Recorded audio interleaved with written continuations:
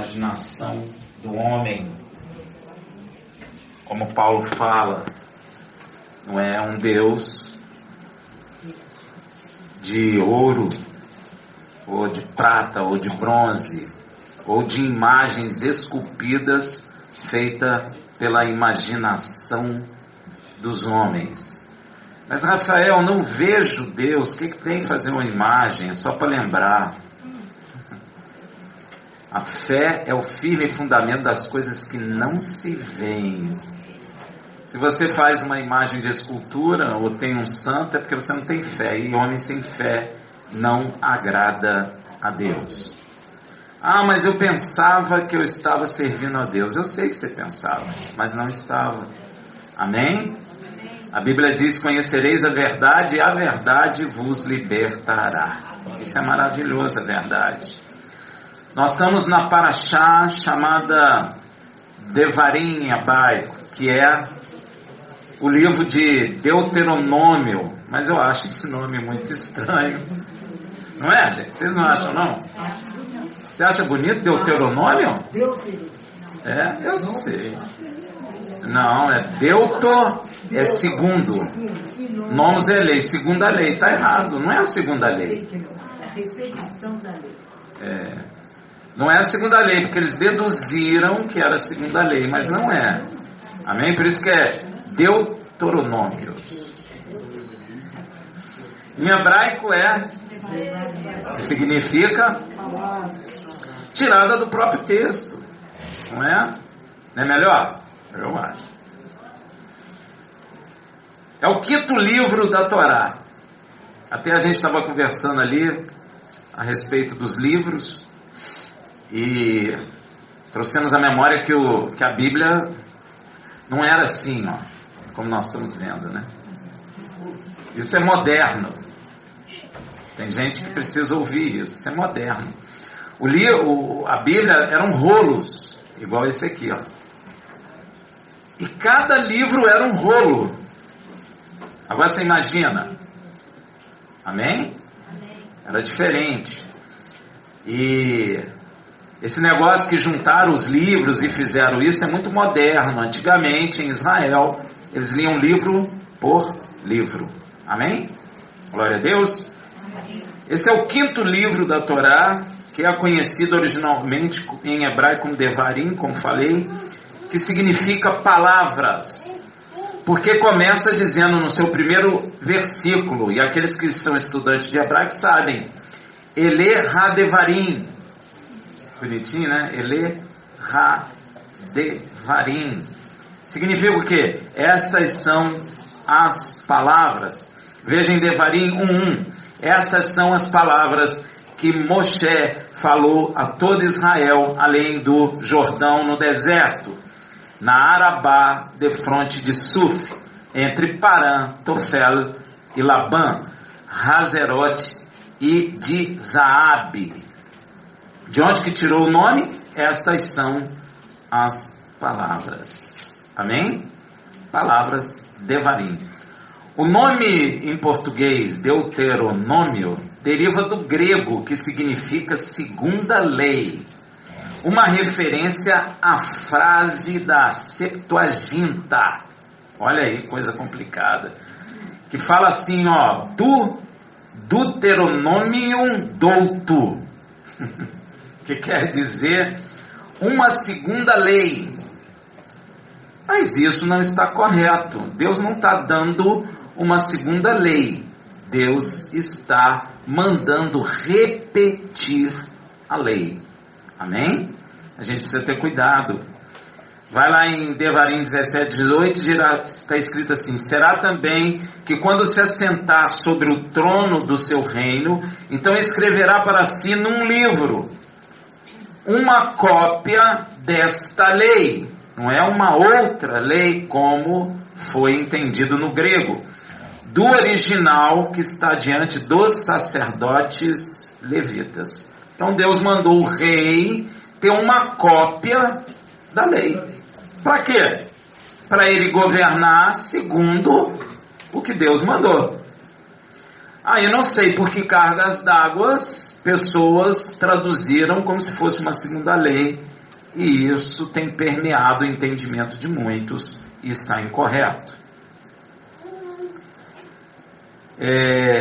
Essa tradução incorreta vem do hebraico Mishneh HaTorah Hazot, que significa, assim, num português mais claro, uma cópia desta lei, no original.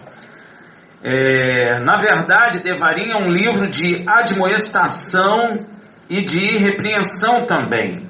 Repete o que Deus estabeleceu, passou para Moisés e na lei, e também é um livro que admoesta, é um livro que repreende, é muito bom compreendê-lo.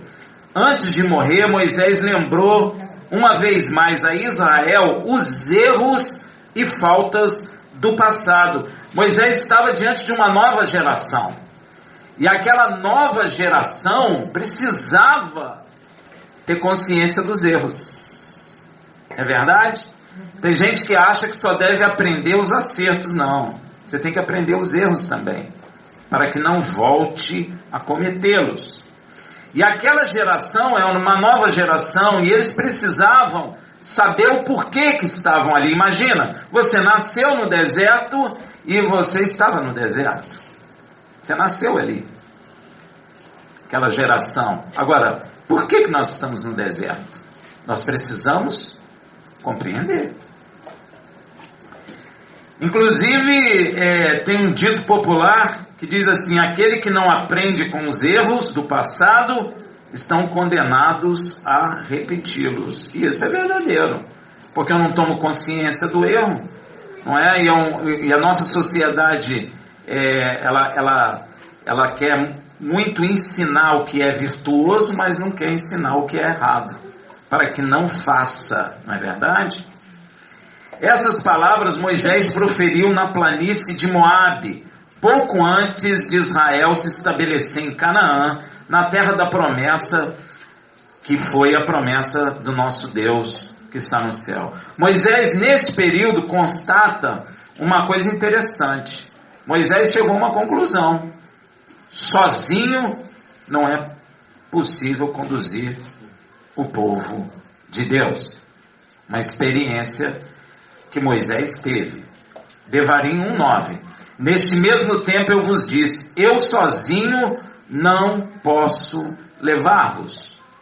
A gente tem o hábito de olhar muito só Moisés ali na frente, mas ele mesmo diz que ele sozinho não pode conduzir o povo. E Deus usa, porque Deus usa pessoas, o sogro de Moisés para aconselhar Moisés. Você vai ver lá em Êxodo 18, de 17 a 18, o sogro de Moisés, porém, lhe replicou: não é bom o que fazes, certamente desfalecerás, assim tu como este povo que está contigo, porque isto te é pesado demais, tu só não pode fazer. Isso é um aprendizado para nós, igreja, né, meu irmão? E Paulo fala isso lá em, acho que se não me engano, em Corinto, né? Que nós somos um corpo. Um é a mão, outro são os dedos, outro é olho, outro é nariz, não é verdade?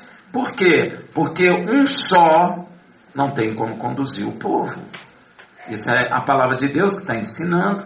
Por isso existem ministérios dentro da igreja. Porque nós criamos um modelo onde o pastor é o que suporta tudo, né? Fica assim, ó, o dia que o pastor cai, a estrutura toda cai. Por isso que o Senhor fez o quê? 5?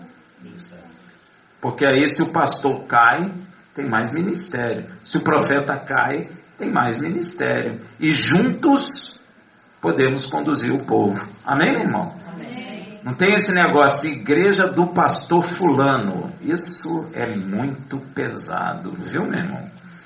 Não queira isso, porque isso não é bom. Bom é Deus levantar os ministérios e os ministérios juntos conduzirem o povo. Glória a Deus? Glória a Deus. Pois é.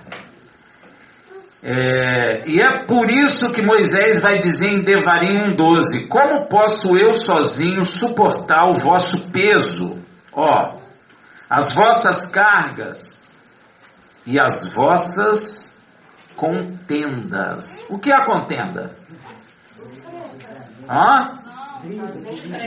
Briga.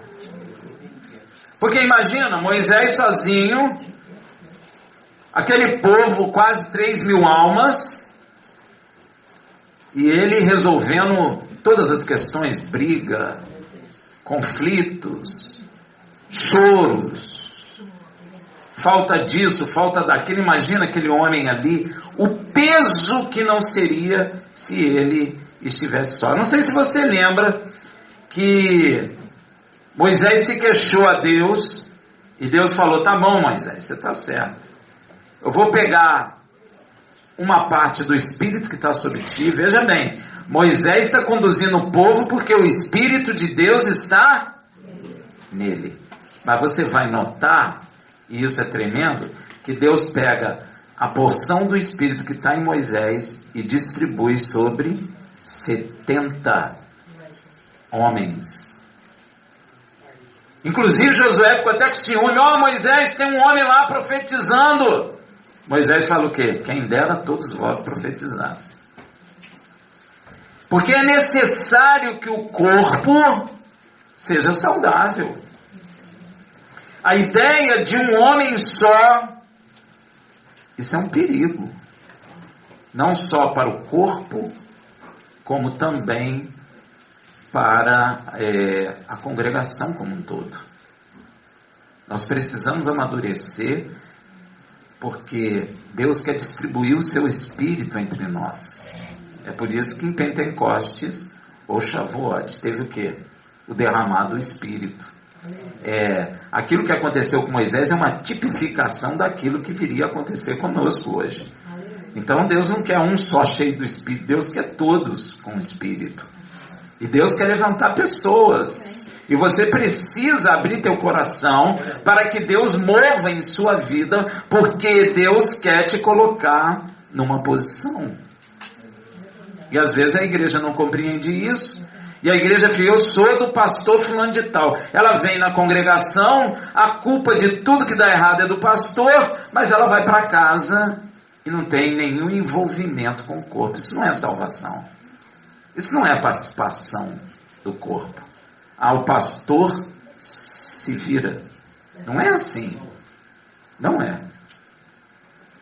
Salvação, eu já disse isso e volto a repetir. Salvação é uma coisa intimista. Salvação é em você. Eu tenho uma salvação em mim. Agora, a salvação, aqueles que têm o Espírito, aqueles que são salvos, querem se juntar, se reunir. Mas Deus quer usar a cada um de nós. Moisés entendeu isso. Olha, como posso eu sozinho suportar vosso peso, as vossas cargas e até as vossas contendas? Moisés está dizendo que há contenda entre nós. Eu piso no seu pé e você briga comigo, e o pastor é que tem que ir lá e falar: não pisa no pé dele não. Tem que existir homens e mulheres cheios do Espírito que possam dirimir a questão entre os dois. Está amadurecido para isso, meu irmão? Pois é, mas tem que estar. Mas tem que estar. O tonão não é uma justificativa. Eu preciso estar. Eu quero estar. É isso que a gente tem que dizer. Eu quero estar amadurecido. Pois é, porque à medida em que nós venhamos a amadurecer, à medida em que nós venhamos a nos robustecer no homem interior pelo Espírito de Deus, a manifestação do poder de Deus vai ser grande entre nós. Moisés entendeu isso. Como Moisés sozinho conduziria um povo no deserto, gente? Existem duas visões sobre a vida de Moisés, né? Uma é que Moisés foi um grande líder, e é isso que está dentro da igreja. E outra é que Moisés foi um grande servo, é o que está na Bíblia. Hebreus. Moisés foi um grande servo, fiel. Servo, por que eles colocam como servo? Porque é para servir. Yeshua fala isso antes de subir ao céu. Eu não vim para ser servido, mas para servir. Por isso que Moisés é a prefiguração de Yeshua. Todos os dois serviram na casa do Senhor, com uma diferença. Um é servo, o outro é filho. Mas todos os dois serviram. E a igreja cismou com um tal de liderança. E Yeshua, no último Pêssah, chama a atenção disso. Entre os gentios, eles servem os seus líderes. Mas entre nós, não será assim. O maior serve o menor. Nós vamos nos afastando da verdade, da pureza da verdade, por causa de coisas de homens. E o que vai acontecendo é que vamos ficando doentes, porque não estamos andando segundo o que está escrito, mas segundo o que achamos como homens. Aí as igrejas criam escolas de líderes. Mas nós estamos precisando de escola de servos. Aprender a servir. Tem um texto bíblico que diz: considere o seu irmão maior que tu.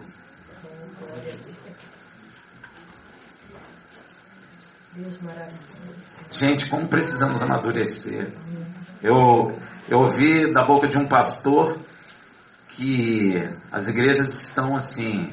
A minha visão é criada para fazer frente à visão do outro.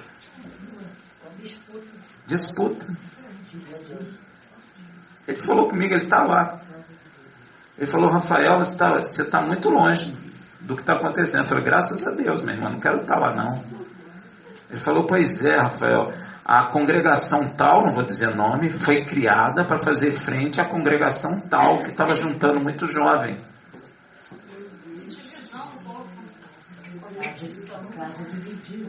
E eles começam a criar líderes para fomentar e estabelecer esse estado de coisa.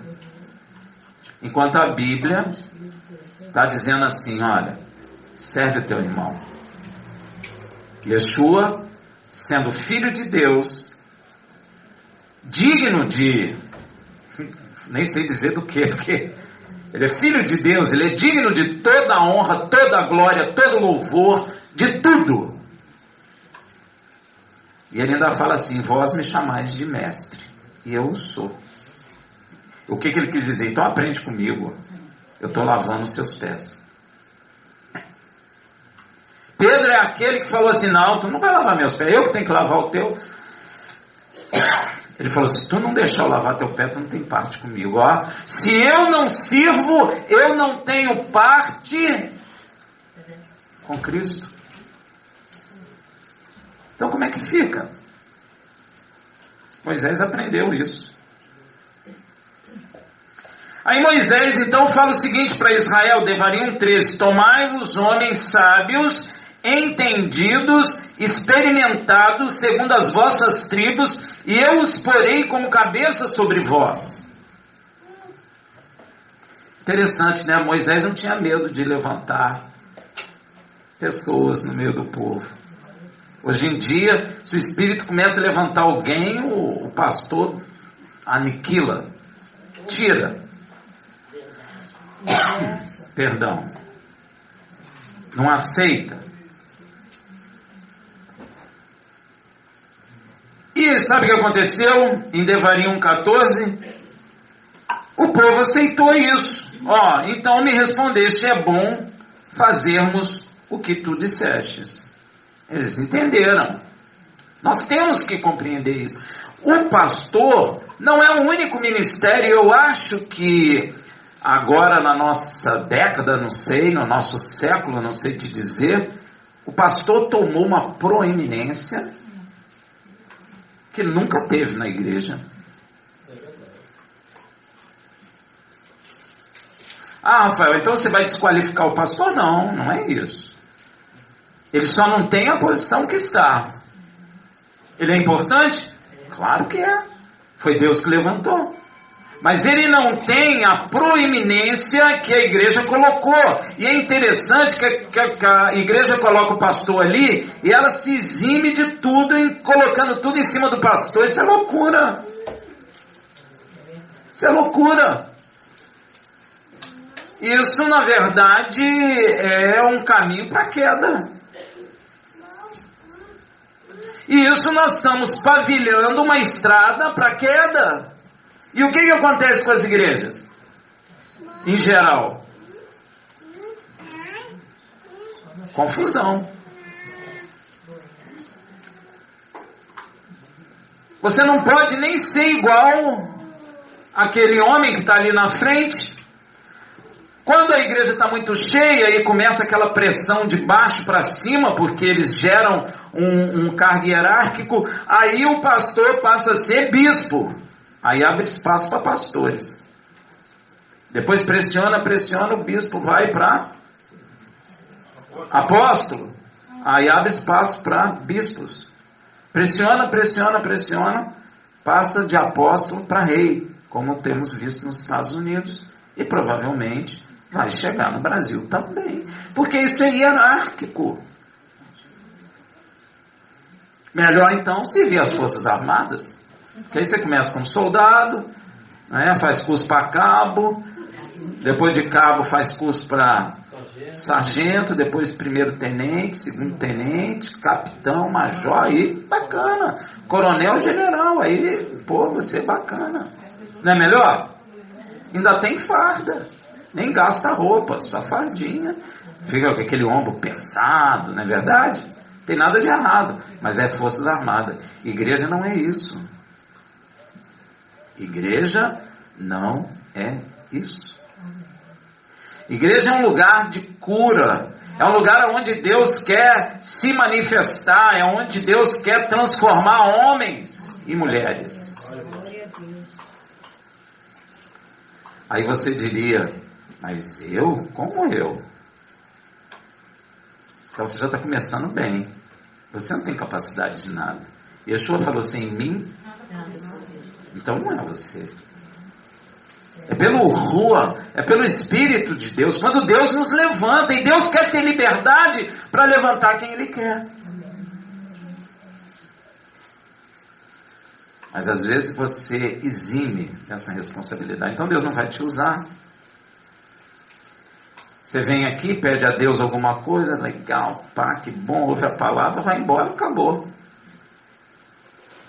O resto dos problemas, quem cuida é o pastor. Você está errado. Somos nós, juntos. Você nota que o povo entende Moisés e concorda, é bom fazermos o que disseste. Então Moisés chamou os cabeças da tribo, só homens sábios e experientes. Aí você diria, será que são só os que fizeram faculdade? Só os que tiveram escola? Não tem nada a ver com isso. Sábio aqui, meu irmão, é homem temente a Deus e com sabedoria de Deus. Não é de sabedoria humana. Moisés observa, Moisés tem o Espírito de Deus.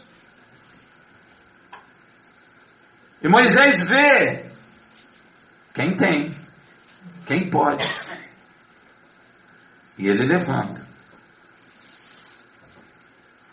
Devarim 1,15. Tomei, pois, os cabeças de vossas tribos, homens sábios e experimentados, e os constituí por cabeça sobre vós, chefe de 1000, chefe de 100, chefe de 50, chefe de 10, por oficiais, segundo as vossas tribos. Se você perceber, há uma lógica nesse negócio, né? Constituir por cabeça sobre vós, chefe de 1000, o que tinha bastante experiência no Senhor. Chefe de 100, o que tinha experiência, mas menos que a experiência do de 1000. E o chefe de 10, que tinha experiência, mas menos experiência Conte 100. Ó, como Deus faz. Precisa de ter um amadurecimento no homem interior. Veja só, Moisés só chamou homens sábios e experimentados, ou seja, homens com experiência com Deus, homens que têm fé, porque como poderia eu ensinar fé se eu não a tenho? Ah, Rafael, mas você pode estudar na escola teológica XPTO, que você vai aprender. Não vai, não. Fé, ninguém aprende em escola. Fé, Deus ensina na vida. Você só vai poder falar de fé se você experimentou a fé. Ah, Rafael, mas eu fiz curso de teologia na Universidade Harvard. O problema é seu. Você não vai aprender fé. Como é que ensina a fé? Alguém já sabe? Diz aí para mim. Hein? Pois é. Não é por estudar em universidade teológica, mas é para você viver, ouvir a palavra de Deus e viver. E às vezes a pessoa, humanamente falando, nem é culta, mas é cheia de fé. E é com esses que nós temos que aprender. Pois é. Então, isso que Moisés fez é a mesma coisa que nos é ordenada em 1 Timóteo 3, de 2 a 6. Olha só. É necessário, pois, que o bispo seja irrepreensível. Ó. Marido de uma só mulher. Temperante. Ó, isso tudo é fruto do Espírito. Temperante, sóbrio, ordeiro, hospitaleiro, apto para ensinar. Olha aí, ó. Não dado ao vinho. Não é que não beba vinho, é que não seja dominado pelo vinho. Alcoólatra, traduzindo. Não espancador. Espancador o quê? Violento. Aí você diria, não espancar a mulher? Também. Mas não espancar filho, não espancar ninguém na rua. Já viu aquela pessoa que diz assim, poxa, eu estava no trânsito, saí da graça, mandei ver na cara do cara. Quem já ouviu isso? Esse não é uma pessoa que deveria estar diante do povo de Deus. Porque ele não é o quê? Ele não tem domínio próprio. Todo mundo que fala para você assim, ah, irmão, eu sou crente, mas não tenho sangue de barata. Exclui, porque esse não tem domínio próprio. Pode ter certeza. Às vezes a pessoa fala aquilo que ela tem. Às vezes não, sempre que a boca fala o que o coração está. Ah, mas eu falei brincando. Mas falou. Eu dou um boi para não entrar na briga, mas dou uma boiada para não sair. Quer que eu traduza isso? Eu sou crente, mas condenado estou. Exatamente isso. Porque se eu não tenho fruto de benignidade, bondade, perseverança, fé, domínio próprio, mansidão, tem alguma coisa errada em mim. Não na verdade. Ah, mas Deus falou, não irei, mas não pequei, não deixe que o sol venha sobre sua ira. Eu espanquei ele, mas depois fiquei amigo dele. Hã? Pois é, isso não é de Deus, meu irmão. De Deus é a ira vem, mas a gente retém a ira. A gente tem que ter domínio sobre a carne. Se não tiver, algo de errado dá. Olha, hospitaleiro, apto para ensinar, não dado ao vinho, não espancador, mas moderado. Moderado é o quê? Equilibrado. Temperança. Inimigo de contendas. Gente, a igreja está muito doente. Debate bíblico. Quem já viu? Tem moderação naquilo? Tem o que naquilo? Contendas. Um ofende o outro. Isso é bíblico? Você tem que ser inimigo de contenda. Tem contenda, cala a boca. Então como é que você vai em debate? Eu estou certo, você não está, por causa disso, mas está dizendo. Nunca chega a conclusão nenhuma, fica com raiva do outro e pronto. E gera confusão generalizada no corpo de Yeshua. Naquelas pessoas que estão começando, elas estão começando a compreender, vem aquela enxurrada, aquela confusão toda, a pessoa até desiste, fala, que isso? Isso quer ser crente? Só que não é. Isso que é crente. Eles estão contra aquilo que está escrito, né? Inimigo de contendas. Não ganancioso. Já viu aquele crente que Deus me deu uma fazenda, Deus me deu isso, Deus me deu aquilo, Deus me deu carro, Deus me deu avião, Deus me deu viagem, Deus me deu isso, só fica nisso. Isso é o quê? Ganância. Não é que Deus não dê, mas isso não é o objetivo da salvação. O objetivo da salvação é o quê? É a vida eterna. Lembra que Yeshua estava ministrando lá naquela casa, abriram o telhado, colocaram o cara tetraplégico, né? Em cima do telhado. E Yeshua falou assim, seus pecados lhes são perdoados. Pessoal, que coco, como é que esse cara pode perdoar pecado? Fala, só Deus perdoa pecado. Eles pensaram isso, e Yeshua falou assim, olha, para que vocês saibam que o Filho do Homem tem autoridade para perdoar pecado, o que é mais difícil? Eu perdoar os pecados dele, ou dizer para ele, pega a tua cama e anda? Para que vocês saibam que eu tenho autoridade para isso, pega a tua cama e anda. Quem falou mais alguma coisa aí? Levanta a mão. Ninguém, né? Ficou todo mundo calado. Mas você nota que é mais difícil perdoar o pecado do que fazer um aleijado andar. Deu para entender o que Yeshua está ensinando? É muito maior o perdão de pecado do que mandar andar. Porque eu posso andar e não ter pecado perdoado. E aí? O que adiantou eu andar? Nada. Pode adiantar ali humanamente falando na hora, mas eu vou ser condenado? Como é que fica?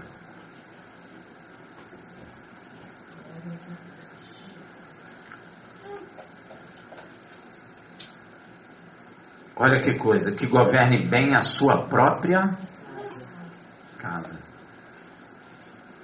Isso é uma prova. Você está vendo? É só coisa da vida. A vida. Tendo seus filhos em sujeição com todo respeito. Não é em sujeição por violência. Uma coisa é a sujeição por violência. Outra coisa é a sujeição por respeito. Parece que é a mesma coisa, sujeição, mas não é.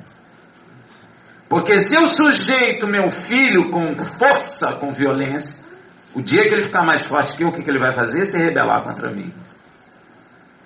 Mas se ele é sujeito por amor, por respeito, ele nunca vai se rebelar, porque isso é saudável. Já até vou dizer uma coisa, hein? Corrigir com vara não é sujeitar com violência. A Bíblia manda corrigir com vara. Né? Mas corrigir com vara não é violentar a pessoa, né, gente? Tem sua medida. É o amor.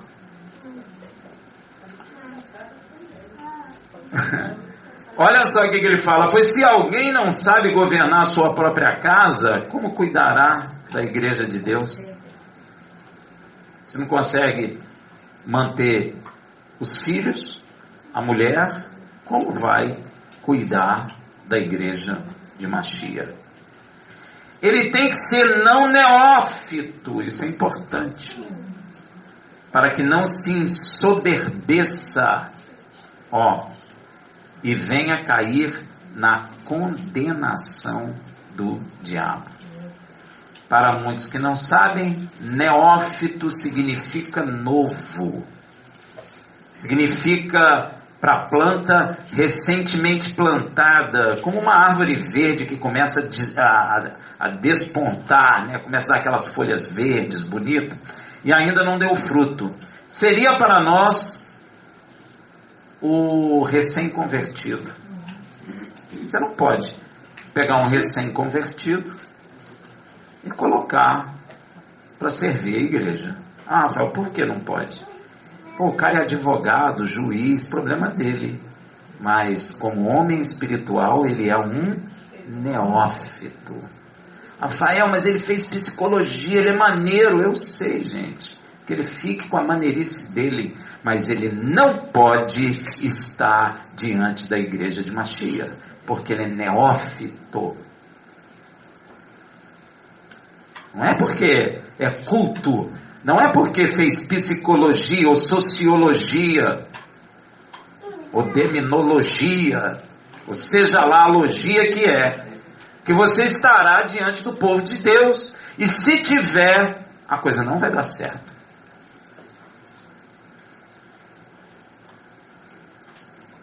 Porque o que Deus quer é um amadurecimento do homem interior. Experiência com Deus e não com as coisas dos homens. Para estar diante do povo de Deus tem que estar amadurecido e gerando fruto de salvação e de justiça, e não ser recém-convertido. E eu quero chamar a atenção disso, porque eu já vi quando a pessoa é muito instruída, já pega logo e põe como pastor. Isso é uma, desculpe a expressão, uma droga.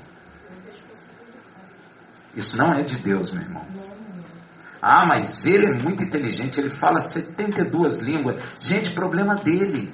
Ele não pode estar diante do povo de Deus.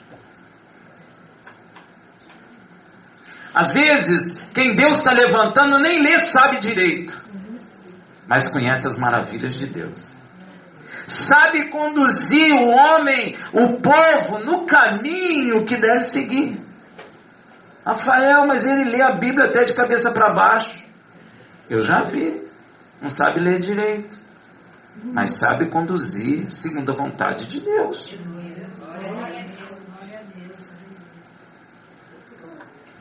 Entrou na igreja um conceito intelectual mundano. Poxa, vem aí um pastor dos Estados Unidos. Ele fala inglês, hebraico, grego, africanês, mas não fala português não. Mas alguém traduz. Aí você vem, a igreja enche. O cara não entende nada de espiritual. Eu tenho um testemunho, uma vez nós estávamos numa congregação, manifestou um demônio lá, nós estávamos expulsando, suamos, e nada. Chegou uma senhorinha magrinha, com a biblona no braço, meio que arrastando o pé, e falou: o que está acontecendo? Esse demônio aí está difícil. Em nome de Jesus Cristo, sai! O demônio começou a gritar e saiu.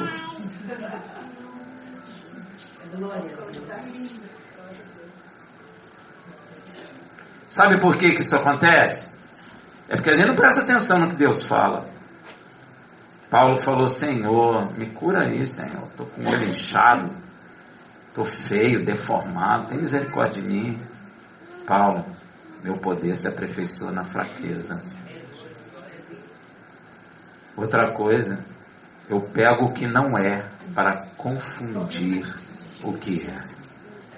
A gente não presta atenção nisso. Aí fica na nossa arrogância, tomando a posição que Deus não quer que tome.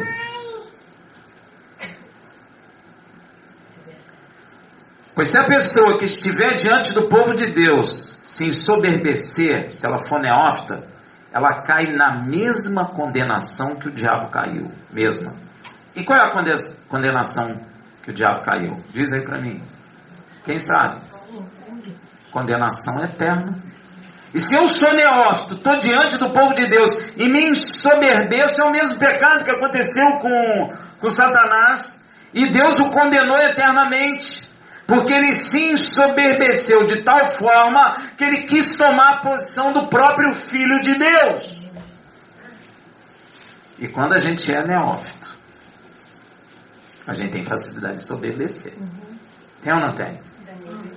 Poxa, irmão, que palavra. Aí o cara começa a acreditar, eu sou o tal. Poxa, irmão, que profecia. Pois é, tá vendo? Eu sou bom mesmo. Começa a convencer, o cara é neófito. Só que ele não para pensar que se ele profetizou algo, foi de Deus. Se ele deu uma palavra que tocou o coração das pessoas, foi Deus. O profeta do Senhor em Israel, o Eliseu, sabia disso. General veio da Síria com banco central ao seu redor. Olha, eu vou dizer uma coisa para você. Se o profeta aceita a grana, o profeta ia comprar uma casa em Búzios, da melhor qualidade, e vinha de barco, fretado, ia trazer seus amigos e tudo. É sério, gente, era muito dinheiro. O cara era o segundo no reino da Síria. Chega lá leproso. O profeta nem sai. O profeta nem vai ao encontro daquele cara majestoso, poderoso, que podia até mandar matar o profeta. O profeta nem sai. Não dá nem atenção. Vai lá, manda ele tomar banho no Rio Jordão. E tem mais, é 7 vezes, viu? Que maluquice, hein? O cara ficou frustrado, falou, fala sério, eu tenho rio melhor lá na Síria. Eu vou tomar banho lá no meu rio, bonitão, com água clara. Vou pra lá, pra que eu vim aqui? Deus é tremendo, né? O cara que falou, pô, Senhor, o senhor já viajou 3 meses aí em cima de uma mula. Pô, tá suado, inclusive, tô nem conseguindo ficar perto do senhor. É melhor o senhor tomar um banho. Qual o problema? Mas ele devia estar com orgulho. Filidão, pô, o cara nem veio aqui me dar honra, nem beijou o meu pé, nem se ajoelhou diante de mim, eu todo bonitão, poderoso, rico, cheio de soldado à minha volta.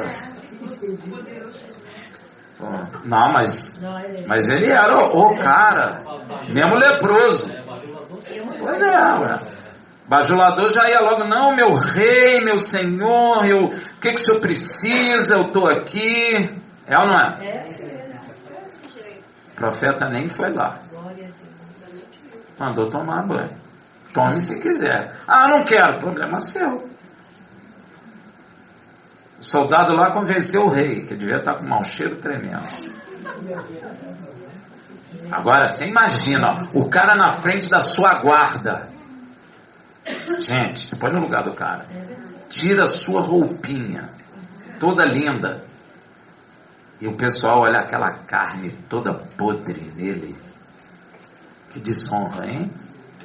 Que coisa boa para tirar o orgulho, hein, meu irmão? Hein? Que remédio bom, hein? É maravilhoso. Que remédio bom para curar. Imagina ele descendo uma vez, levanta, todo mundo olhando. Devia até ter torcida fazendo toma mais, mais um. Nada. No final, no 7º, quando ele levanta com pele de bebê, aí entra o mineiro, né? Nó. Limpinho. Nó. Uai, nó. Limpinho. E o profeta nem foi lá receber a riqueza. Meu irmão, o coração daquele soldado, daquele general, estava pronto para dar toda aquela riqueza ao profeta. Toda. Não está errado, ele está certo. Aí Deus prova quem? O profeta. Vamos ver se é meu profeta mesmo. Vamos ver. Não, é de Deus esse negócio. Olha lá, diamante, ouro. É de Deus esse negócio. Vou ficar mais rico que o rei de Israel. É claro que eu quero. É de Deus esse negócio. A gente pensa isso ou não pensa? E Deus estava provando o coração do profeta. Eu acho que o profeta já não foi nem para não ver, sabe? Não vou ver esse negócio não. Porque esse negócio é tentador. Muito dinheiro, poxa. Vou poder ir num hospital de melhor qualidade, etc. Vou comprar carro, cavalo. Pois é, vou morar perto do rei. Eu queria acabar recebendo uma honra. Pois é. Olha aí, sabedoria do coração de um homem amadurecido no Senhor. Não? Deus tem muito mais para me dar do que isso. Fique tu com a tua riqueza. O general deve ter sentido até ofendido. Mas ele estava com o coração sincero e aberto. E o profeta sabe quem é Deus. Então manda ele embora. Mas o espertinho, aquele que fez a música Hoje Eu Vou Me Dar Bem. Neófito, na verdade. Neófito. Esse é o perigo do neófito. Ele viu o dinheiro. Aquilo foi a solução. A solução para o nosso problema é Deus, não é o dinheiro. Deus pode até trazer o dinheiro, mas a solução não é o dinheiro, é nosso Deus. Mas o coração do neófito estava onde? No dinheiro.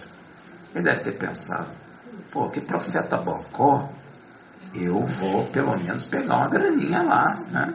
Para passar umas férias, sei lá, na Europa, em algum lugar aí. Aí ele vai atrás. A mesma lepra que estava no general passou para ele. Para a família. Amém, meu irmão? Não pode ser neófito. Não pode. Rafael, mas o cara é inteligente. Não pode. Só pode estar diante do povo de gente, isso é muito sério. Isso é sério demais. Olha, Yeshua, Filho de Deus, derramou sangue por cada um de vocês, por cada um de nós. Cuidado a quem você está ouvindo. É perigoso. Muito perigoso. Ser amadurecido no Senhor é necessário. E tem uma outra coisa mais grave aí, ó. É necessário, pois teremos que fazer uma coisa que foi extirpado da igreja, que foi removido da igreja, que o diabo tirou da igreja de Mashiach. Sabe o que é? Julgar. E o diabo arrancou isso da igreja. E os homens ficam ministrando aí, ó, não julga não, porque ó, tem um dedo apontado para frente e 5 para cá. Achando que está falando uma maravilha, mas está falando uma besteira muito grande. Olha o que está escrito em Devarim 16. E no mesmo tempo ordenei a vossos juízes, dizendo: ouvi as causas entre vossos irmãos, e julgai com justiça entre homem e seu irmão, ou o estrangeiro que está com ele. Temos que julgar com... Deus está presente no juízo. Olha lá, 2 Crônicas 19, de 6 a 7. E disse aos juízes: vede o que fazeis, porque não julgai da parte do homem, senão da parte do Senhor, e Ele está convosco quando julgares. Deus está conosco. Agora, pois, seja o temor do Senhor convosco, guardai-o e fazei-o, porque não há no Senhor nosso Deus iniquidade, nem acepção de pessoa, nem aceitação de peita. Sabe o que é peita? Suborno. O juízo é de quem? De Deus. É por esta mesma razão que Yeshua fala em João 7,24. Não julguei pela aparência, mas julgai segundo o reto juízo. E Yeshua está falando para a gente fazer o quê?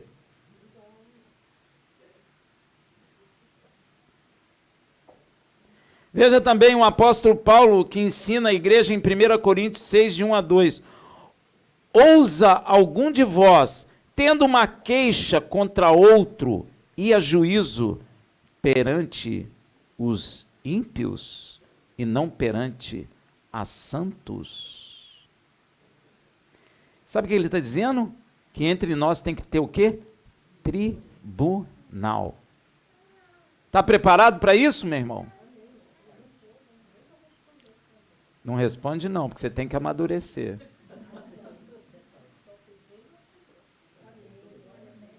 Nós temos que amadurecer, porque isso foi arrancado de nós. Isso é ministrado dentro das igrejas, que não devemos julgar. O diabo está nos inibindo, está tirando o que Deus estabeleceu entre nós. E tem gente que ouve isso, ora até em línguas. Como assim? Diz, fala a Deus. Como assim? Não é Deus que está falando. Deus quer que nós venhamos a julgar entre nós. Deus não quer que eu tenha um problema contigo e a gente vai ter problema entre nós, mas Deus não quer que eu pegue isso e leve para o juiz iníquo, para dirimir negócio entre nós. Nós temos uma lei específica para dirimir os negócios entre nós, e nós precisamos ter tribunal para julgar. Já viu o nível de amadurecimento que nós temos que ter? Percebeu? Porque eu não posso julgar pela aparência. Yeshua está falando, não julguei pela aparência, mas pelo reto juízo, porque o juízo é de Deus. E aí Paulo entra repreendendo. Como é que tem conflito entre dois irmãos, vocês pegam e levam para o tribunal de ímpio? Como é que vocês fazem isso? E não diante de santos? Aí, ó. A cidade de Corinto, que Paulo está falando isso, era uma cidade grega. E os gregos eram, em realidade, famosos na época por sua afeição a recorrer aos tribunais judiciais. Tudo lá era tribunal. Você já notou que a nossa lei é baseada nos gregos? Por causa disso. E qual é a nação hoje que puxou a Grécia? Que tudo tem que ir para o tribunal. Qual é a nação? Estados Unidos, América. Tudo é lei. Tudo vai para o tribunal. Tudo, os crentes brigam um com o outro, vai para o tribunal. É a cópia da Grécia. É uma cidade grega. Se você for ver os códigos das leis, eu acho que na maioria das nações ocidentais é baseado na Grécia. No direito grego. É ou não é? Quem já estudou direito aí? Já estudou, né? Não é isso? Romano e grego. Romano e grego. É os dois. Greco-romano. É isso aí. Então, não era estranho, pois, que alguns gregos convertidos a Yeshua tivessem introduzido na igreja nascente suas tendências de resolver suas questões litigiosas perante juízes pagãos e incrédulos. Era um hábito deles.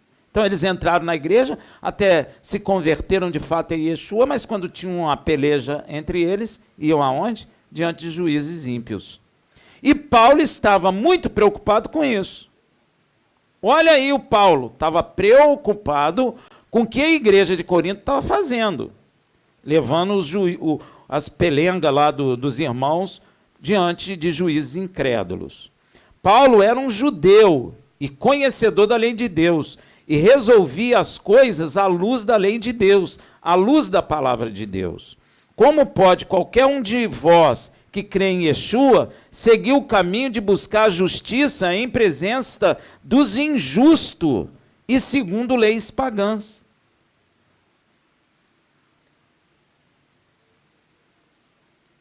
Que silêncio, hein? Até a mosca faz barulho. Essa pergunta que eu fiz agora, ela é uma pergunta completamente válida hoje dentro de nossas igrejas. Porque eu já vi irmãos brigarem e para quem vai ficar com o templo, vai a juízo diante de ímpios. Como assim? Como assim? Visto que nós não julgamos coisa nenhuma entre nós. Nós não julgamos. Julgamos? Igreja é assim, ó, fui lá, que legal, e vai cada um para o seu canto. Igreja não é assim não, meu irmão. Igreja de Machia não é assim. E isso que vemos hoje é uma prática claramente pagã. Isso é pagão, cara. Eu não julgo nada. Quem julga? O ímpio.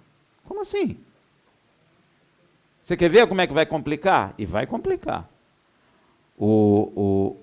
A lei do homem está legalizando o homossexualismo e casamento entre iguais. E como é que a gente vai fazer? Hein? Você vai decidir isso com eles? Então você tem que ter um tribunal aqui, concorda? Nós temos que julgar segundo as leis de Deus. Assim você tem que rejeitar. Não, mas é lei do homem, eu não posso rejeitar. É? Então não rejeita não, que você vai ver. Pois é, acabou porque o diabo quer isso. Se acabou, que lei que eu sigo? A lei do homem. A lei do homem eu sigo até que ela contraria a lei de Deus. Se contraria a lei de Deus, eu não posso seguir. Então... E isso que vemos hoje é uma prática claramente pagã. Então Paulo, indignado com Corinto, faz outras perguntas para a igreja, que cabe a nós hoje também, em 1 Coríntios 6, de 2 a 4.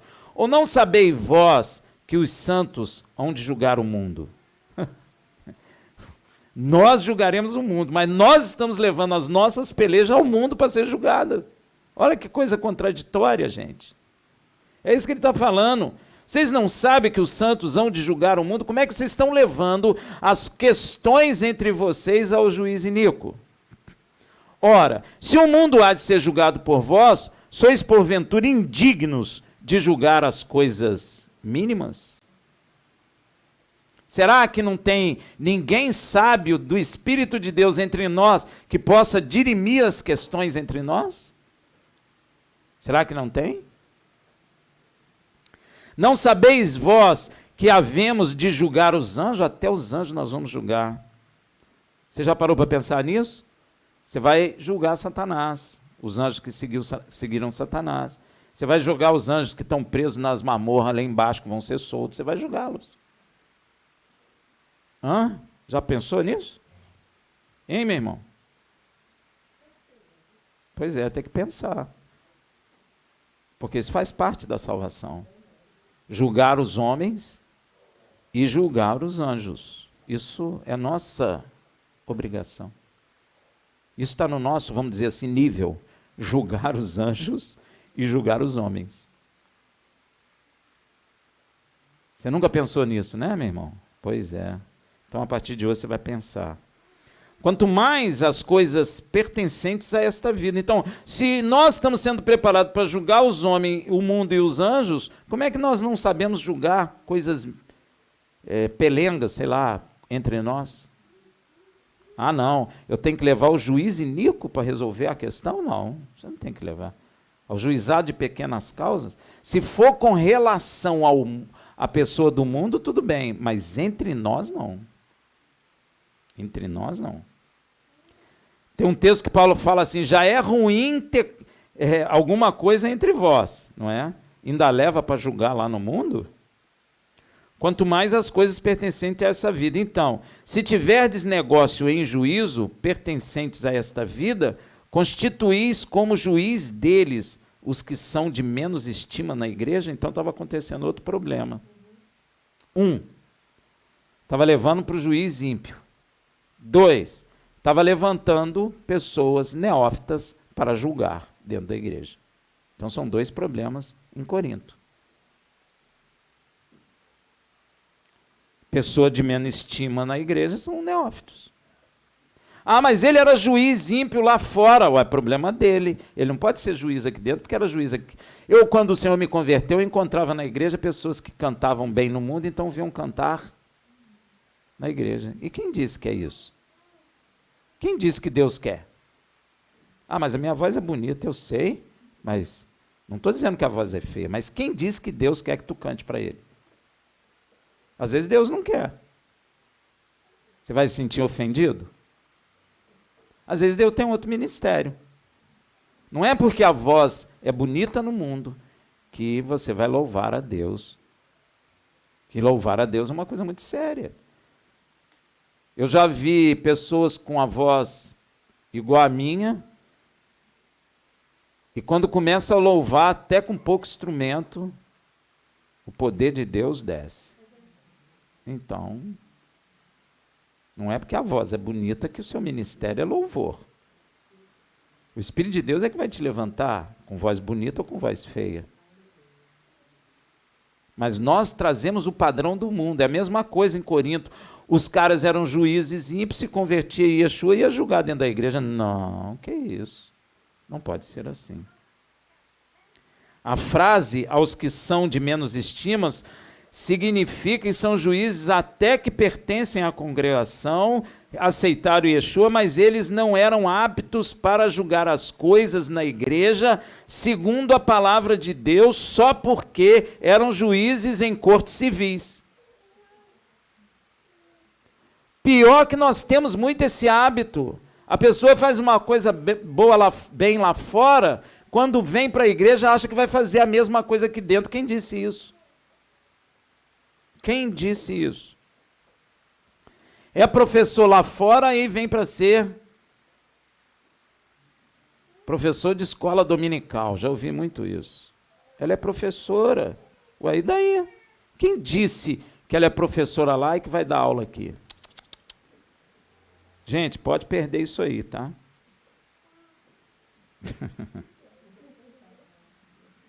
E isso, na verdade, é uma vergonha para nós, igreja de Yeshua. Veja em 1 Coríntios 6, de 5 a 6. Para vos envergonhar o digo. Paulo estava querendo que você sentisse vergonha dessa estupidez. Será que não há entre vós sequer um sábio que possa julgar entre seus irmãos? Será que aqui não tem sábio que possa julgar as coisas aqui entre nós mesmos? Mas vai um irmão a juízo contra outro irmão, e isso perante incrédulos? Que vergonha. Paulo estava querendo envergonhá-los mesmo. Então, como em Israel, nós, igreja, somos também um povo gerado por Deus, temos que ter homens sábios, cheios do Espírito de Deus, para julgar nossas demandas internas. Quando você tem problema com o ímpio lá fora, não tem problema você levar o juízo lá deles. Mas aqui dentro, não. Infelizmente, a igreja atualmente não tem nem consciência de que é um povo, o que dirá julgar. Tem consciência que é um povo? Não, não tem. E Moisés continua falando em Devarim 1,17. Não fareis acepção de pessoas em juízo. Eita! Isso pode parecer muito batido, mas é difícil. Porque se você vai julgar alguma coisa, você não pode julgar porque você é mais afeito a um irmão e a outro não. Você não pode fazer isso. Você não pode fazer acepção de pessoas em juízo. De um mesmo modo ouvireis o pequeno e o grande. Não temerei a face de ninguém. Pô, mas o cara é bravo. Problema dele. Você vai julgar ele como julga todos. Porque o juízo é de quem? E a causa que for difícil demais, trarei a mim e eu a ouvirei. Moisés quer dizer, eu vou chegar a Deus e vou apresentar a ele a causa que é difícil. Existe causa difícil? Existe. Existe causa que você lê a Bíblia e não vai compreender? Existe. Então, leva a Deus. Presta atenção no texto, o juízo é de Deus. Guarda isso no teu coração. Inclusive, Deus é exaltado pelo juízo. Você acha que você vai exaltar a Deus só louvando? Não, fazendo o juízo correto. Ó, Isaías 5,16, mas o Senhor dos Exércitos é exaltado pelo juízo.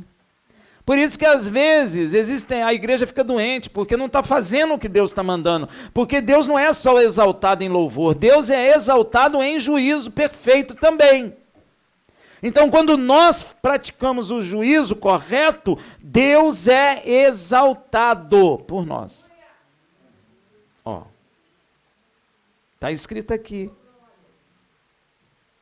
E olha mais, ó, às vezes você quer santidade, mas escuta o texto todo. Mas o Senhor dos Exércitos é exaltado pelo juízo e Deus, o santo, é santificado em justiça.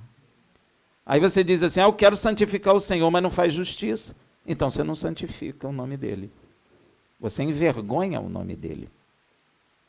Mas eu estou na igreja há 70 anos, o problema é seu. Você está envergonhando o Senhor há 70 anos. Gente, como nós vamos fazer para trazer isso para dentro do nosso coração? Pois é. Nós temos que voltar. Nós temos que rejeitar essas pregações. Não julgue para não ser julgado. A lei acabou, nós temos que rejeitar tudo isso. E você sabe que vão bater na gente. Com força. Pois é, vai bater mais. Se você quer hoje saber como exaltar nosso Pai, que está no céu, e seu Filho Yeshua, ande em justiça e praticando juízo. Às vezes você acha que você vem na congregação, Jesus é lindo, aquele peixe, olho de peixe morto. Não é isso não, meu irmão. Você tem que praticar juízo e justiça para exaltar o Senhor, nosso Pai Celestial e seu Filho, para julgarmos de forma a agradar e exaltar nosso Deus. Então, quando a gente tiver problema entre nós, não tem que ficar aquela fofocada, não. Tem que chamar os irmãos mais amadurecidos, explicar o problema, vamos orar e julgar segundo as Escrituras. Aí agrada a Deus. Aí Deus começa a manifestar o seu poder entre nós. Pedro julgou? Julgou. Ananias e Safira. E a pena dele foi de quê? Morreram ou não morreram? Pois é, igual o meu, pior que miojo, né? Que é mais rápido. E Paulo também julgou entregando aquele homem que vivia com a mãe, com a mulher do pai, entregando na mão de quem? Do diabo, Satanás. Paulo entregou. Então, não podemos fazer acepção de pessoa. É a lei de Deus, veja em Levítico 19:15, não fará injustiça no juízo, não fará acepção de pessoa do pobre, nem honrarás o poderoso, mas com justiça julgará o teu próximo. Às vezes as pessoas ficam com medo desse negócio de julgar, mas você tem que perder o medo, você tem que aprender a lei de Deus, tem que aprender a palavra de Deus, e você precisa andar em justiça, para agradar a Deus também. Então, veja também em Devarim 16, 19 a 20, não torcerá o juízo, não fará acepção de pessoas, nem receberá peita, suborno, porque a peita cega os olhos dos sábios. Por que cega? Hein? Porque o cara vai me julgar, e julgar a peleja contra o irmão, eu falo assim, olha, te dou um carro 0. Aí ele julga a favor de mim. Cegou. É claro, não é na cara, é tudo no bem arrumado. Tudo debaixo dos panos. Então, e perverte a causa dos justos. A justiça, somente a justiça seguirá. Será que a igreja esqueceu isso, gente? A justiça, somente a justiça seguirá. E com justiça nós glorificamos o nome do Senhor. A igreja hoje acha que glorificar o nome de Deus é cantar um louvor bonito. Ficou nisso. É cantar um louvor? Também. Está escrito lá. Cantai louvores. Até eu Me arrisco a tocar um instrumento aqui mal tocado, mas eu estou louvando o Senhor. É também, mas a justiça e o juízo também louvam ao Senhor. Não adianta eu tocar um instrumento louvando ao Senhor e quando vou fazer um juízo, distorço o juízo ou não faço o juízo. E olha, e para que, olha o que ele fala, a justiça, somente a justiça seguirá para que vivas. Está ligado à vida também. Para que vivas e possuas em herança a terra que o Senhor teu Deus te dá. Ó, Rafael, Deus está falando só para Israel. Não. Você é herdeiro da terra? A terra que o Senhor teu Deus te dá. Você não está conectado a Israel?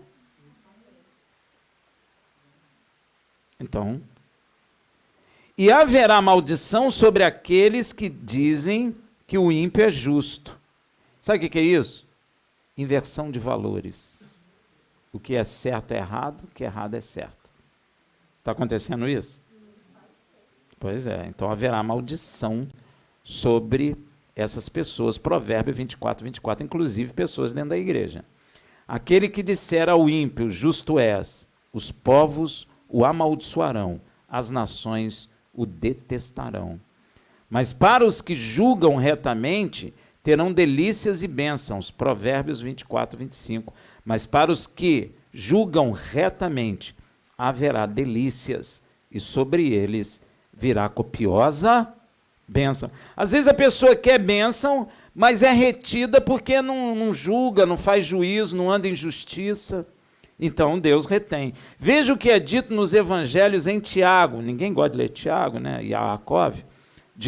2, de 1 a 4. Meus irmãos, não tenhais a fé em nosso Senhor Yeshua HaMashiach, Senhor da glória, em acepção de pessoas. Isso ele está falando de juízo, viu, gente? Não fazei acepção de pessoa em juízo. Porque se entrar na vossa reunião algum homem com anel de ouro no dedo e com traje esplêndido, e entrar também algum pobre com traje sórdido, e atentardes para o que vem com traje esplêndido, e lhe disserdes, senta-te aqui num lugar de honra, e disseste ao pobre, fica em pé, ou senta-te abaixo do escabelo de meus pés, não fazei porventura distinção entre vós mesmos? E não vos tornais juízes, olha aí, ó, juízes movidos de maus pensamentos? Está percebendo, gente? Não, olha, esse cara é pobre, põe ele lá atrás, o rico, não, senta ele aqui porque o dízimo dele é alto. Não, mas ele está fazendo isso com a mulher, ele deu um tapa na mulher dele. Não, mas, gente, que é isso? Você não entendeu, às vezes era carinho, aqui ele é muito forte. Ele é muito forte, aí ele não mediu a força e machucou ela, mas é carinho.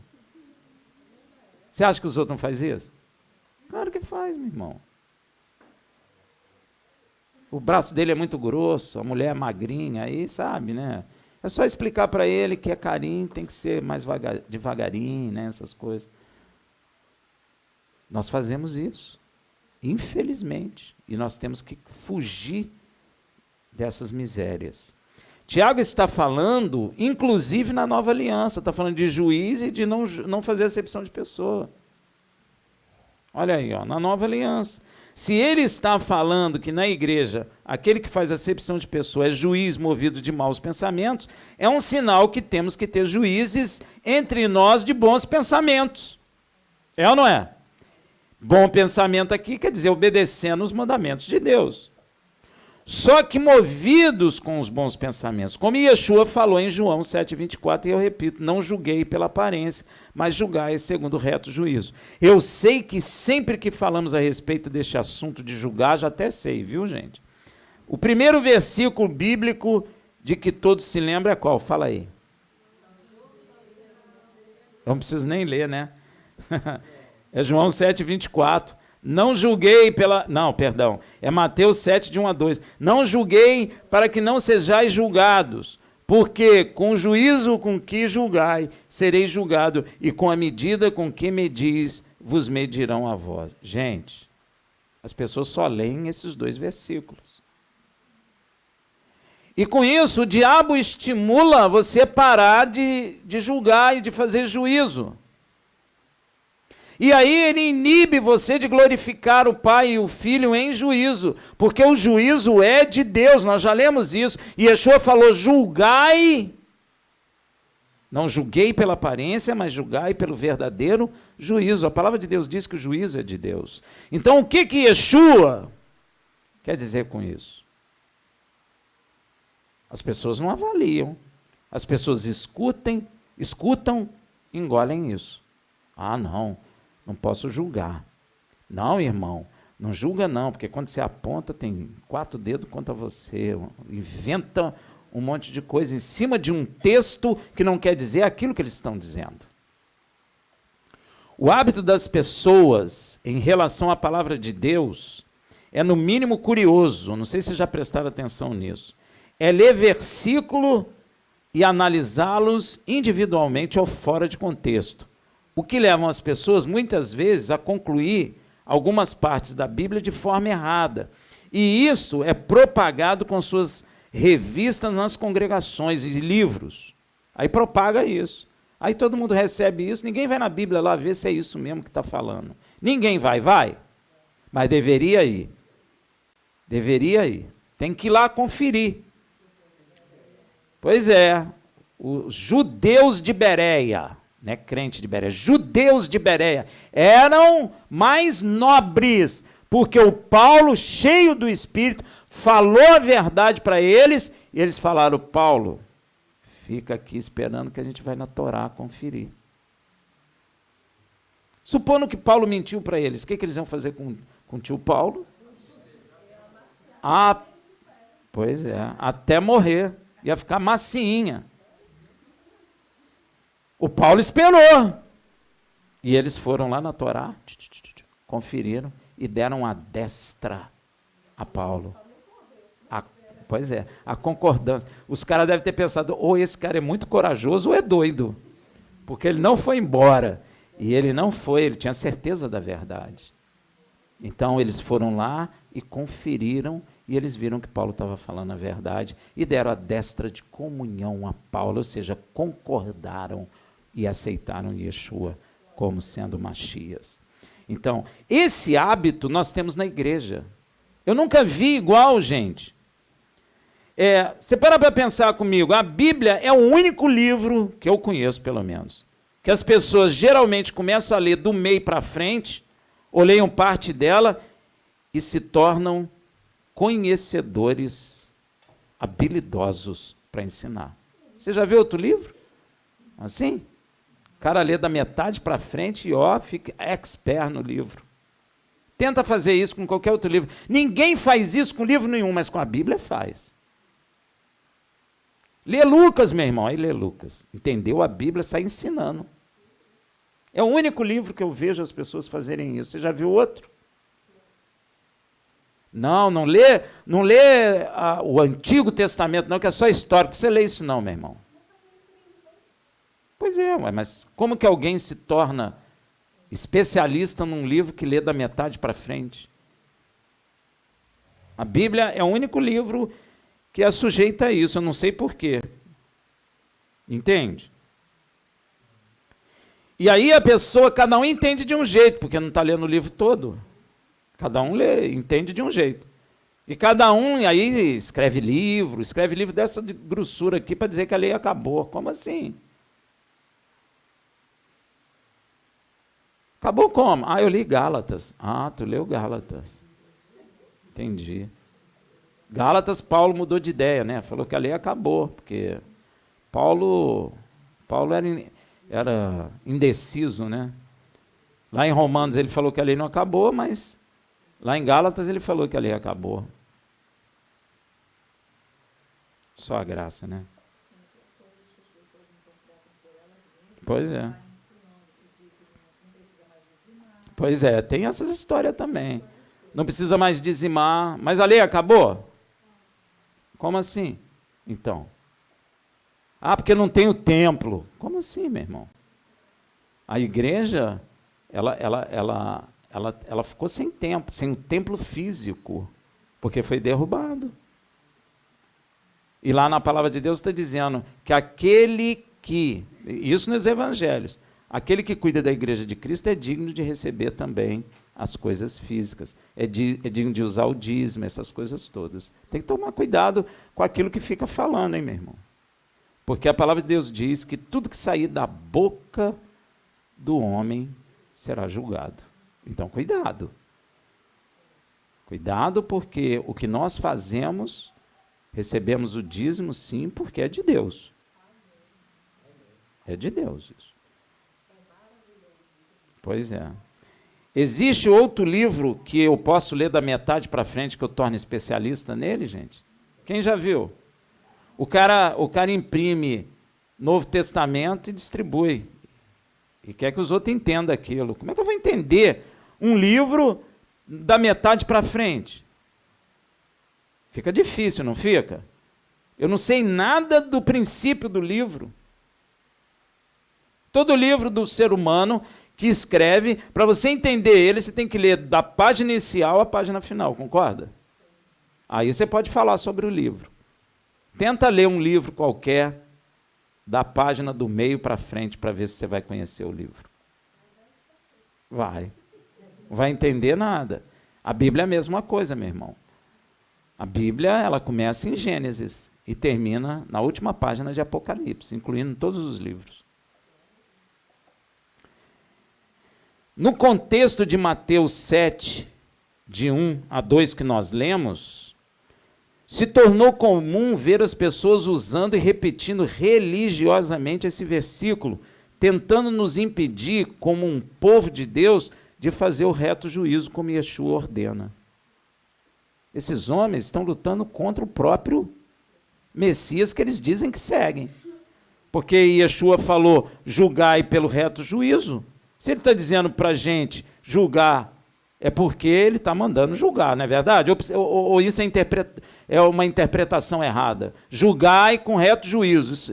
O que ele está dizendo para mim? Pois é, e se eu estou dizendo para não julgar, eu estou contra quem? O homem, por sua natureza pecaminosa e cheio de vaidade, não gosta de ser confrontado ou contrariado. E para afastar possíveis confrontos com aqueles que tentam lhe abrir os olhos para a verdade bíblica, por vezes, prefere tentar calar quem os tenta corrigir com uma ameaça do tipo, cuidado, você está julgando. Olha o que a palavra diz, não julgue para não ser julgado. É só isso que eles falam. Mata metade da igreja. Metade da igreja cala a boca. Por quê? Porque, mais da metade. Está escrito mesmo. Quantos de nós já ouvimos isso? Falam assim para justificar suas atitudes pecaminosas, de forma que ninguém possa mais corrigi-las. Passam, então, a citar este versículo para nos fazer ficar quietos, calados, inibidos, diante da prática do pecado, buscando eliminar ou neutralizar todo tipo de juízo ou julgamento. Isso ocorre porque muitos aprenderam o significado dessa passagem de forma errada. No texto de Mateus 7, de 1 a 2, Yeshua não está proibindo todo tipo de julgamento, somente o julgamento hipócrita. Se você continuar lendo, você vai ver. Ou o julgamento temerário que nós falamos. Mas o que é julgamento hipócrita ou julgamento temerário? O julgamento temerário hipócrita é um julgamento de quem aponta o pecado no outro, mas que tem o mesmo pecado ou até um pecado pior e quer corrigir o pecado do outro. É isso que Yeshua está falando ali. É por essa razão que Yeshua diz em Mateus, continuando 7, de 3 a 5, porque vês o arqueiro no olho do teu irmão e não reparas na trave que está no teu olho? Ou como dirás a teu irmão, deixa-me tirar o arqueiro do teu olho quando tem uma trave no teu olho? Aí, ó. Hipócrita, Tira primeiro a trave do teu olho, e então verás bem para tirar o arqueiro do olho do teu irmão. Inclusive, Asaf fala sobre isso, e diz que Deus julga no meio do seu povo, e para não julgar injustamente, pois Deus está no juízo. Veja no Salmo 82, de 1 a 2. Deus está na Assembleia Divina, julga no meio dos deuses. Até quanto julgareis injustamente e tereis respeito às pessoas dos ímpios? Eita! Por que ele fala que ele julga no meio dos deuses? Nós. Porque nós não somos filhos de Deus? Então ele nos chama de Elohim. Amém? Então nós temos que julgar. É desse tipo de julgamento que Yeshua condena e se refere no versículo citado. Esse tipo de julgamento é condenado por Yeshua e pelo Pai. O julgamento temerário também é o julgamento precipitado, maldoso, apressado, arrogante, baseado em impressões exteriores ou baseado no me disseram. Hein? E me disseram que o fulano de tal fez isso, fez aquilo. Te disseram? Uhum. Quem te disse? Não posso falar. O passarinho verde conta para todo mundo. Já ouviu isso dentro da igreja, gente? Pois é, toma cuidado. Baseado em informação de segunda mão, baseado no ouvir dizer, e tirar conclusões precipitadas sem conhecer os fatos, julgando conforme a sua consciência, formando sua própria opinião sobre a pessoa. Os termos hipocrisia, hipócrita significa ser falso, fingido, dissimulado, mentiroso e enganador. É isso que Deus não quer. Se analisarmos bem, verá que na Torá temos o livro de Juízes. Deus estabeleceu juízes entre seu povo já na época de Moisés. Inclusive, nesta paraxá é falado isso. E o que faziam esses juízes, meus irmãos? Ora, eles julgavam.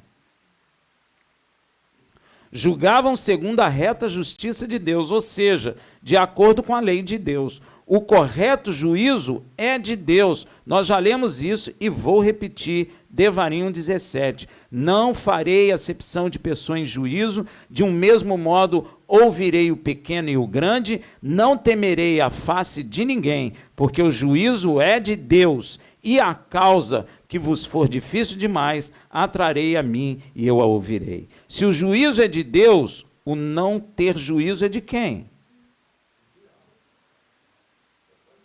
Claro. Se o juízo é de Deus, o não ter juízo é do... Pronto. Simples assim. Se o juízo é de Deus, o não ter juízo, como muitos querem nas igrejas, é de quem? Certamente é do diabo, o inimigo de nossas almas. Por isso, hoje, repito as palavras de Adonai e Yeshua em João 7, 24. Não julguei pela aparência, mas julgai segundo o reto juízo. E lembro também o que Deus falou pelo seu profeta Isaías, lá em Isaías 51, 7. Ouve-me, vós que conhecei a justiça. Quem conhece a justiça aí? Então é para você essa palavra. Ó. Vós, povo, em cujo coração está a minha lei. Ó. O que ele fala que faria no segundo pacto? Tiraria o coração de pedra, meteria de carne, escreveria suas leis em seus corações, meteria o seu espírito e seria nosso Deus. Aqui, ó. Em cujo coração está a minha lei. Não temais o opróbrio dos homens, nem vos turbei pelas suas injúrias. Eles vão nos injuriar, eles vão zombar de nós, mas não tema, porque a lei está escrita e ninguém pode tirar. Não é à toa que o apóstolo Paulo fala em Romanos 3,31. Eu sempre repito isso, anulamos, pois, a lei pela fé? De modo nenhum, antes estabelecemos a lei. E nunca se esqueça, a base do trono de Deus, nosso Pai, que está no céu, é justiça e juízo. Salmo 89, de 12 a 14. São teus os céus e tua terra. O mundo e sua plenitude, tu os fundaste. O norte e o sul, tu os criastes. O Tabor e o Hermon regozijam-se em teu nome. Tu tens um braço poderoso, forte, benignidade e verdade vão adiante de ti. Amém? Então, na sua destra há justiça e juízo. Por isso, finalizo hoje com Provérbios 21:3. Fazer justiça e juízo é mais aceitável ao Senhor do que sacrifícios. Shabbat Shalom.